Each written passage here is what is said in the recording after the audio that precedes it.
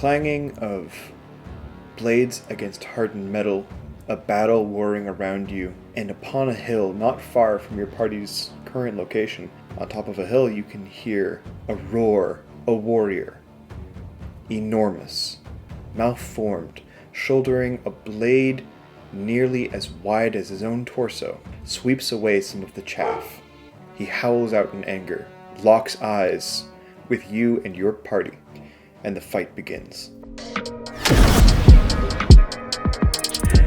Hey, welcome back to Lemon Courage. Today we're painting the Claimer of Champions. This model comes from Beasterian Miniatures. You've seen me paint their work before. It tends to be full of detail, full of expression, and this is no exception to that. The model's got heaps of layers, and it's got heaps of detail. With this model, I'm going to be focusing on a couple of different things. I'm going to show you how to use an airbrush to bring in some precise lighting, how to paint in those layers early on so you don't lose your map, you don't lose your color grading. There's going to be some good non-metallic metal work.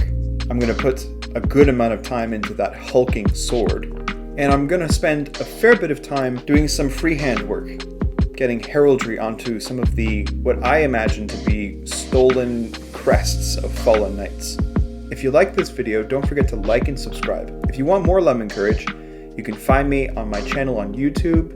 I'm also on Instagram, TikTok, and if you want to support me, you can subscribe on Patreon, where I've got some special goodies for my fans, as well as a community Discord. All right, let's get some paint on those brushes. For the lighting, I'm going to start with priming the model black and then spraying from top down to get an imitation of where the sun would be or where the light's coming from. Focusing on the head, the shoulders, the chest, a little bit of the arm. And I also want to get the back, but only a little bit of the back. It's got this really interesting silhouette. I want to keep that by keeping the backside of the model dark.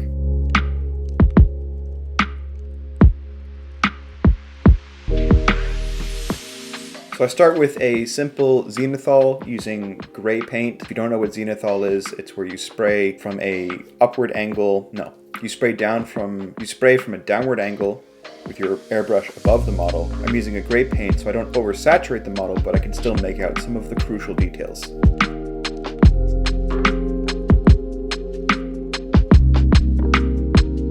Next, I grab flat white and I focus on those areas that I want to be well lit, not necessarily from above. Sometimes your light sources come from right in front of you.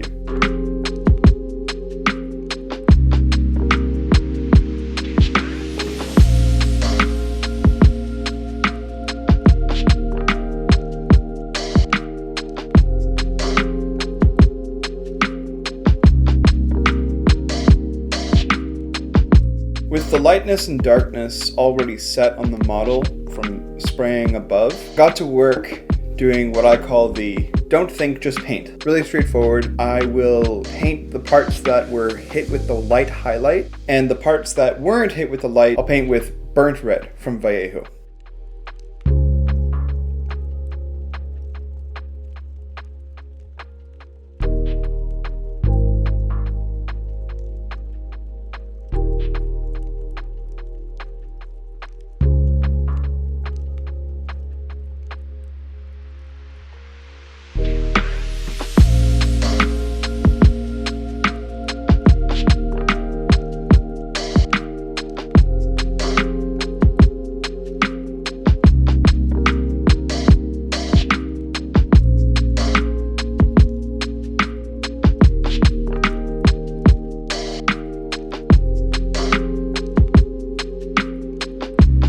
Those two colors are my base colors. They represent what the skin's gonna look like when it's in the light versus what it's gonna look like in the dark. And I just go in with a fine tip brush, make sure to blend the edges where the two colors meet.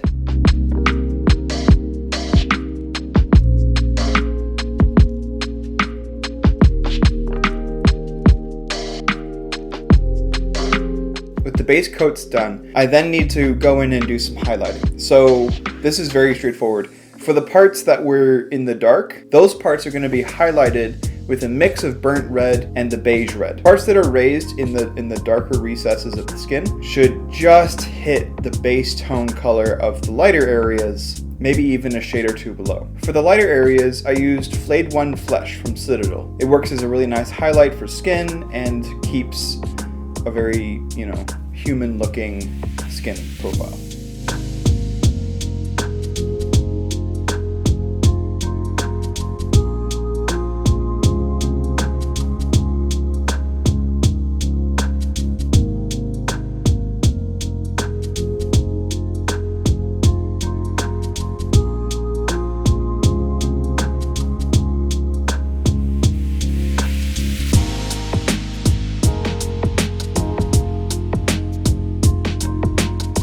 And this is what it looks like with just the skin done.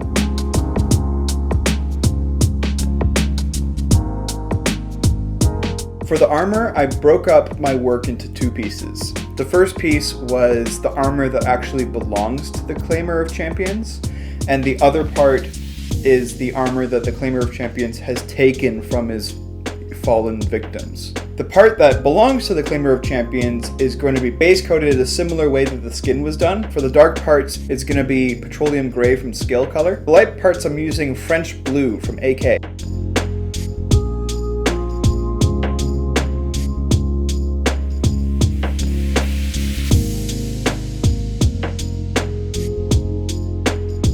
And just like every other non-metallic metal, I'm gradually working up to white on specific details.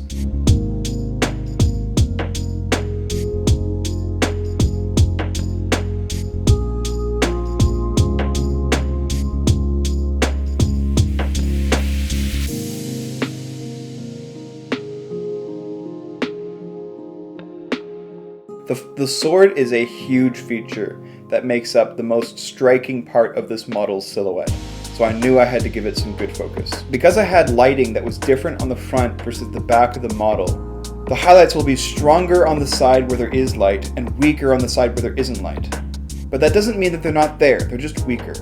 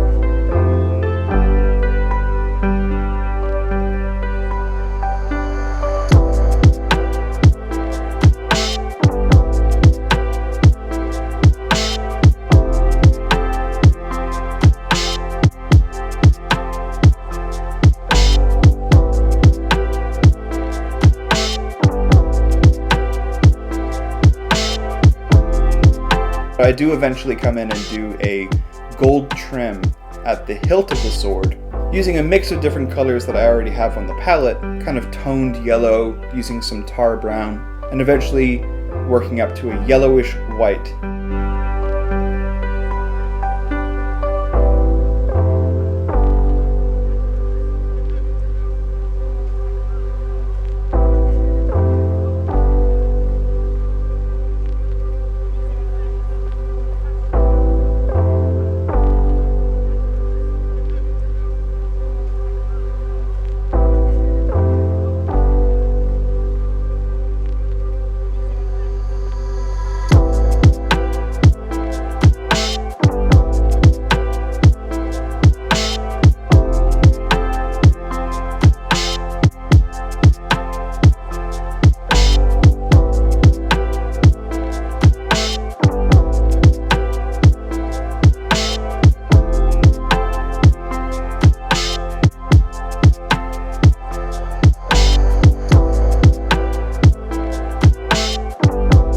The cloak that's billowing between the layers of armor, I decided to go with an overall red tone. So I started with that same black red, and then I eventually worked up to the blood red from Army Painter.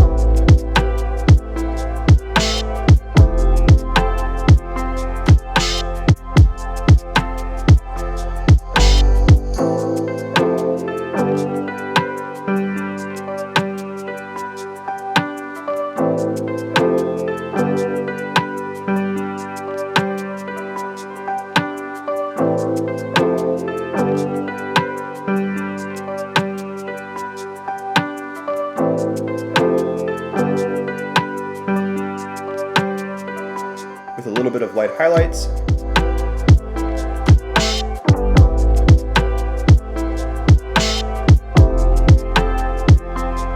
It looks great. For the heraldry, each piece was intended to be just a little bit different. And so it's a bunch of freehanding on these tiny little plates. I'll do my best to get some good shots, but I had my super zoomed in glasses on.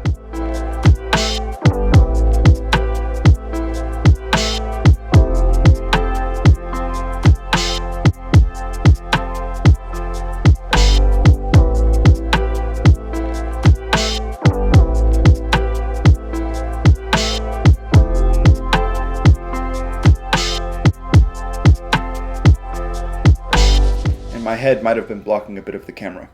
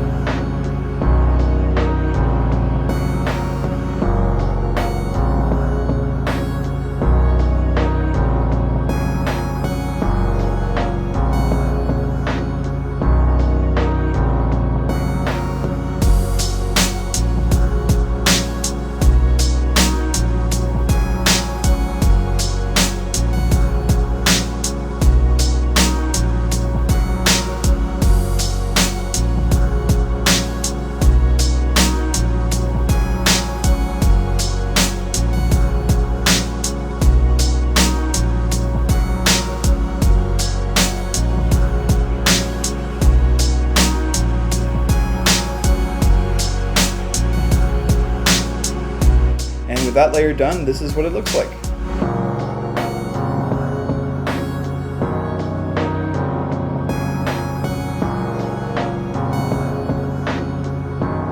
For the base, I did a similar approach as I've done on other models, where I sketch out some texture on the ground using tar brown from scale 75, and then I go in with a pretty loose wash of the same tar brown and just sort of apply a loose sandy texture to the whole thing.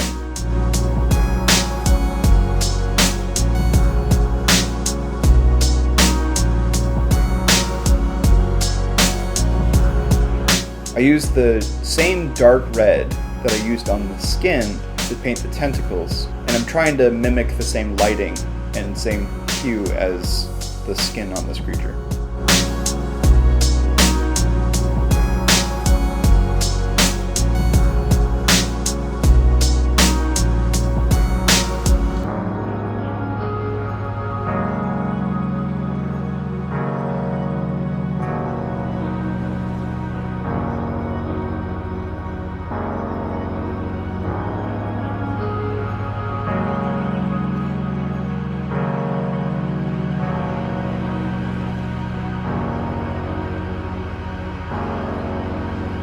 And with a final rim of black around the base, the model is done.